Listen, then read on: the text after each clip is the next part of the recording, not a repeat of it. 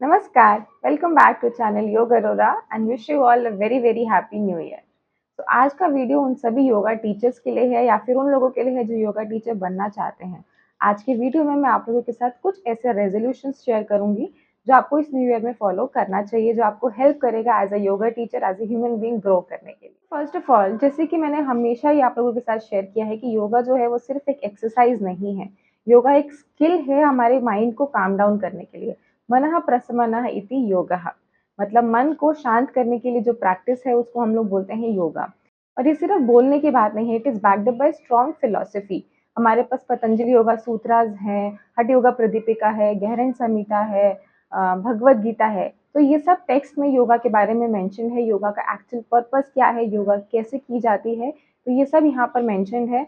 सिर्फ एक एक्सरसाइज नहीं है। तो एज अ योगा टीचर आप लोगों को ये समझना चाहिए कि योगा की फिलॉसफी क्या है, उसको किस तरह से आप लोग लाइफ में इम्प्लीमेंट कर सकते हैं, अपने स्टूडेंट्स की लाइफ में इम्प्लीमेंट कर सकते हैं, ताकि योगा का जो एक्चुअल पर्पस है वो फुलफिल हो सके। सेकेंडली जो बात आती है वो है डाइवर्सिफिकेशन की। जैसे मैंने आप लोगों से बोला कि हम लोग अगर स्टैंडर्ड फिलोसफी के थ्रू जाए तो हमारे पास कर्म योग, भक्ति योग, ज्ञान योग जैसे क्लासिफिकेशन है।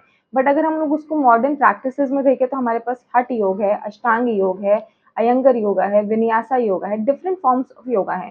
तो पहले तो फिलोसफिकली हमको समझना चाहिए कि कर्म योग, भक्ति योग, राजयोग, हठ योग ये पाथ क्या है, पतंजलि योग ये क्या पाथ है, ये क्या सिखाते हैं।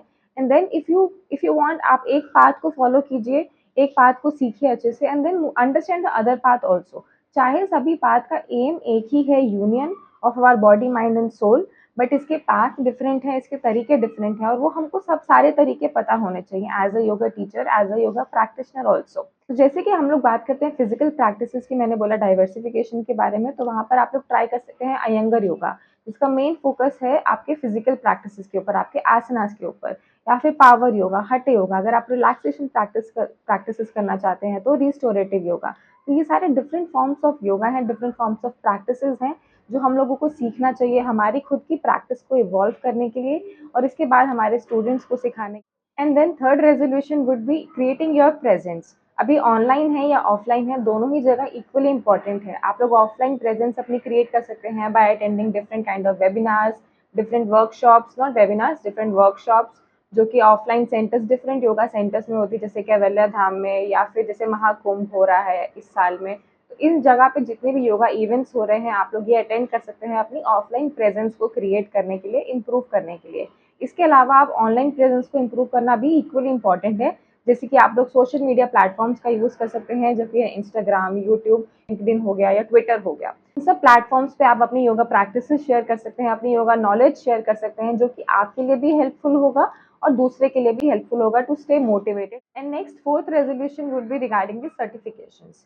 सर्टिफिकेशंस क्यों रिक्वायर्ड है, इसके लिए मैंने बहुत मल्टीपल वीडियोस शेयर करे हैं। मैं जस्ट शॉर्ट में ये बताना चाहूंगी, क्योंकि अगर आप योगा टीचर, या अगर आप लोग योगा टीचर हैं या बनना चाह रहे हैं, तो सर्टिफिकेशन बहुत ही इंपॉर्टेंट है। आपकी क्रेडिबिलिटी को इम्प्रूव करता है, आपको रिकग्नाइज करता है। आप किसी के थ्रू भी सर्टिफिकेशन कर सकते हैं, योगा अलायंस के थ्रू, वाईसीबी के थ्रू, जो भी आपके करियर गोल्स को सूट करता है वो आप चूज कर सकते हैं। बट सर्टिफिकेशन करना ज़रूरी है, ताकि फर्स्ट ऑफ ऑल आपकी नॉलेज इंप्रूव हो, आपके जो स्टैंडर्ड्स हैं योगा के उसकी आपको नॉलेज मिले, आपको उसकी अंडरस्टैंडिंग हो।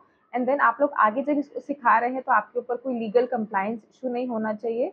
आप लोगों को रियल अंडरस्टैंडिंग है कि किस तरह से योगा सिखाई जाती है, और आपके स्टूडेंट्स भी जो है वो आपके ऊपर ट्रस्ट कर सकें, क्योंकि सर्टिफाइड योगा टीचर रहेंगे आप। और सर्टिफिकेशंस भी सिर्फ योगा टीचर के लिए नहीं, यहाँ पे सर्टिफिकेशंस में भी डाइवर्सिफिकेशन है। जैसे कि आप लोग प्रेगनेंसी योगा टीचिंग का सर्टिफिकेट कर सकते हैं, किड्स योगा का, there are different kind of yoga therapies also जिसके आप सर्टिफिकेशन कर। Now the fifth resolution and the most important one for everyone is consistency. बिना कंसिस्टेंसी के ना ही आप लोग एक योगा टीचर के पास को फॉलो कर सकते हैं, ना ही आप इसमें कंसिस्टेंट नहीं रहेंगे तो आपकी प्रैक्टिस इवॉल्व नहीं होगी, आपकी प्रैक्टिस इंप्रूव नहीं होगी। तो जिसको आप सिखा रहे हैं वो भी एक सुपरफिशियल ही टीचिंग होगी।